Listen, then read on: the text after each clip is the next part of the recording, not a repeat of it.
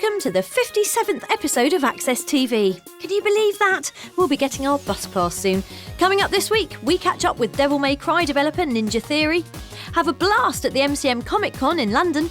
We've got all the latest news in PlayStation Briefing. First up though, start your Hessian engines. Our game of the week is Little Big Planet Karting.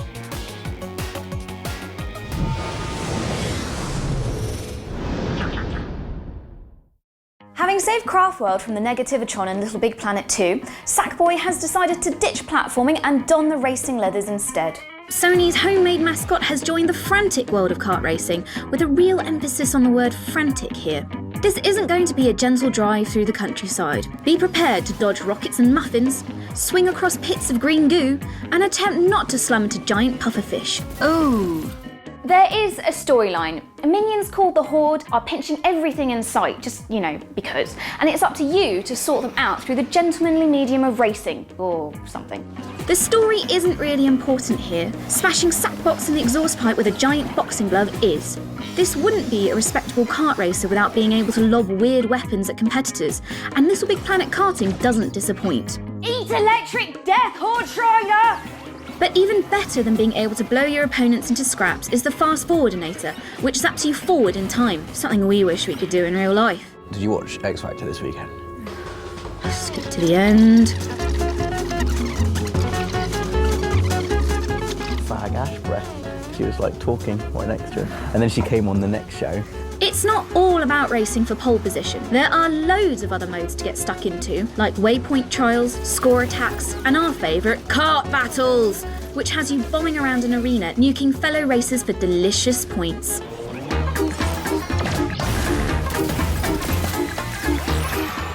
Also mixing up the action are imaginative minigames that have you hoarding giant dino eggs and jumping over yummy cakes. Carb.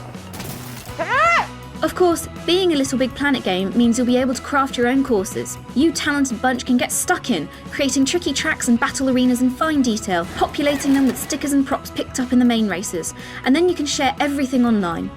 You won't be able to top our track though. We call it the Circle of Inevitable Awesome. Aw, yeah. Almost all the costumes you've purchased for Little Big Planet transfer into Little Big Planet Karting, and you can tweak your kart in a variety of ridiculous ways. So, if you fancy tearing up the tarmac in a hovering skull, or riding out in a giant sushi box, your tastes are well catered for. You massive weirdo. Playing Little Big Planet Karting is like having liquid joy poured right into your eyes, and we recommend it like we recommend modding your car with a biscuit dispenser. Delectable.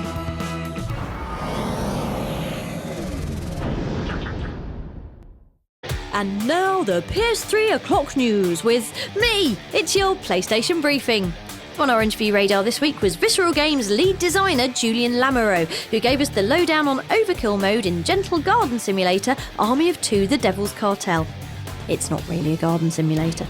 So the idea behind the Overkill is that we decided to quantify every type of action that the player can do. So for instance, if you kill someone, you're gonna get a little bit of points, but if you work together, for instance, both players are shooting at the same guy, or one guy is taking the aggro and the other one is flanking them, then you're gonna get what we call a co-op action. So these give you even more points. Eventually, the more you cooperate, the faster you're gonna fill your Overkill meter. Then once you're in Overkill, then it's just fun time. Like everything come to pieces. We're really making the most out of the Frostbite 2 engine. So all the props are destructible, enemies included, and it's really just a big destruction fest. And finally, while many of you are no doubt already leaping through pretty foliage in 18th century America, last week's Assassin's Creed 3 launch night in Birmingham was a huge success, as these happy punters can attest. I feel great to be the first person to get it. I mean, I've been waiting quite a while to get it. My favourite thing of Assassin's Creed 3 has to be just the boating section. It's completely revolutionised Assassin's Creed, distance travel and warfare in general. I've just been really excited. Can't wait to find out what happens next. The gameplay is going to be amazing as well. The graphics just look incredible, so going to be good.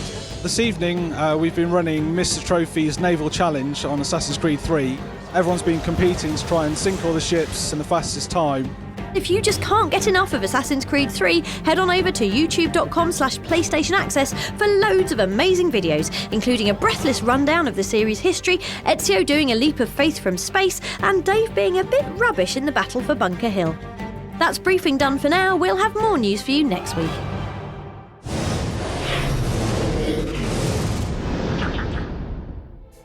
for a look at the best stuff you can buy from your sofa now. It's this week's roundup from On The Store. News of a change in lineup for the PlayStation Plus Instant Game Collection, first of all, as skin-tight sci-fi shooter Crysis 2 leaps, slides and gruff talks its way into the Game of the Month slot. So at no extra cost to your subscription, you get to pound aliens into extraterrestrial paste and wear lycra that turns invisible. Yeah, it turns you invisible too, otherwise the aliens would see everything and that would just be wrong.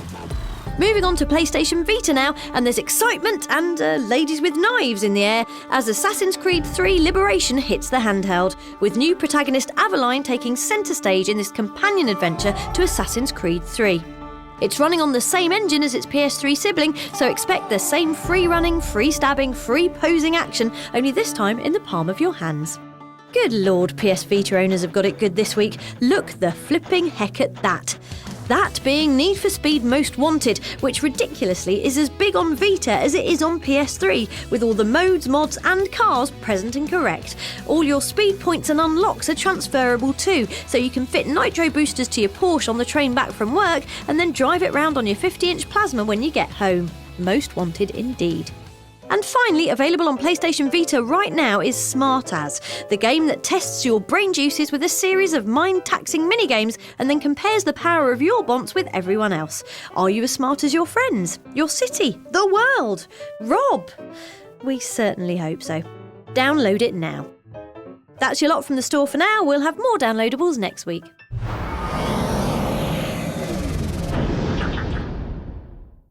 For bonus level this week, we're alighting at Cosplay Central, also known as Comic Con at the XL Centre in London. Hooray! This time, though, we brought along Access community presenter Ian Young to share in the fun. Take it away, Ian. Hi, my name's Ian, and I'm here with PlayStation Access at MCM Expo, here to interview Matsuyama-san for Naruto Ultimate Ninja Storm 3. Let's see what he has to say. In regards to your approach to the game, what influenced you, your creative side? We receive our main inspiration from the Naruto series itself, with a new episode and a new chapter each week, as well as the other TV series airing in Japan. We have plenty of inspiration. All of our works influence each other, and Asua's Wrath really taught us how to make players feel like they're fighting a massive boss battle.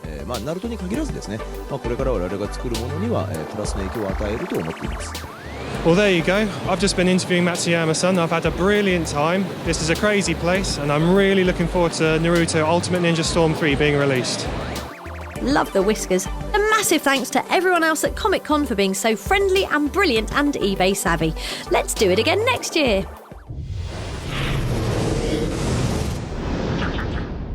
With the brand new Devil May Cry shaping up to be all kinds of brilliant, what with Admit It, You Think He's Cool Really Dante, some outrageously sexy fighting bits and pizza, we travelled up to Cambridge to visit developer Ninja Theory to see how things were getting on. Capcom approached us towards the tail end of Enslaved, and they suggested, it was Alex Jones actually, he suggested, would you like to pitch for Devil May Cry? We were really impressed both with the initial concept exploration stuff and just their general level of enthusiasm for the game, a lot of reverence for DMC in the studio here. And so at that point, we decided to bring them to Japan as like, here are the guys we think should do this. So they were very clear, don't make a Japanese game, that's not what we're here for. We want you guys to make a new vision for Dante, a new storyline, and a new entry point into the series. We've had animators over here, Itsuno-san, who's lead creative on 2, 3, and 4, will sit down and literally go, no, okay, put a frame stop there, shave that frame, great, okay, put a hit stop there, there should be a sound spang. Like, it's very intensively collaborative, unlike most external development processes. Which is all lovely and everything, but was there anything so naughty you simply couldn't show it? Yes, nipples. When we actually create some characters that some old woman like crazy like with breath out, with, it's really creepy stuff, really. And they say no, we can. Well, it's fine, but no nipples. That's okay. And final hard-edged question to Mr. Sound Designer: what was the weirdest noise you had to record? Flatulence. That's why we have our own rooms. It's not because we make a lot of noise. And I'm done. A big thanks to everyone at Ninja Theory, and don't forget Devil May Cry launches on PS3 on January the 15th.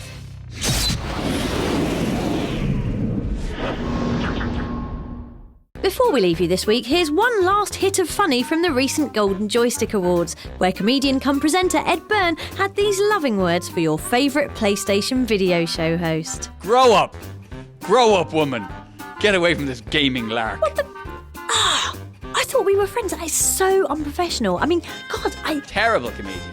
Not a funny one. Lanky-haired Irish numpty. I'm a terrible comedian, am I? Did you hear some of those jokes he did at the Golden Joysticks? Oh, I used to have a Commodore 64. No one cares, Ed. No one cares.